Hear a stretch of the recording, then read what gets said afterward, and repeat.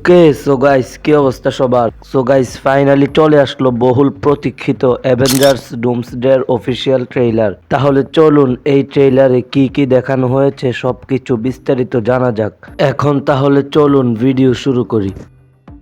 প্রথমেই কথা বলতে হয়, ট্রেইলারের শুরু থেকেই একটা ডার্ক এবং রহস্যময় পরিবেশ তৈরি করা হয়েছে। সব থেকে বড় চমক হলো রবার্ট ডাউনি জুনিয়রকে আমরা ডক্টর ডুম হিসেবে দেখতে পারবো। আয়রন ম্যান হিসেবে যাকে আমরা এতদিন দেখে এসেছি, এবার তাকে সম্পূর্ণ ভিন্ন এবং ভয়ঙ্কর রূপে দেখা যাবে। এর পাশাপাশি এই ট্রেইলারে Thor, captain America, fantastic four, X Man সহ আরও অনেক পরিচিত মুখের উপস্থিতি দেখা গিয়েছে।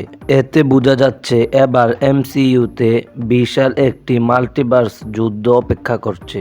বিএফএক্স, ব্যাকগ্রাউন্ড মিউজিক এবং সিনেমাটোগ্রাফি অনেক বড় স্কেলের অনুভূতি দিলেও কিছু দর্শক সোশ্যাল মিডিয়ায় বিএফএক্স এর কিছু অংশ নিয়ে সমালোচনা করেছে। কিন্তু আমার মতে এই ট্রেইলারের সবথেকে শক্তিশালী দিক হলো এর রহস্য এবং বড় চরিত্রগুলোর একসঙ্গে উপস্থিতি এবং ডক্টর ডুমকে ঘিরে তৈরি হওয়া উত্তেজনা।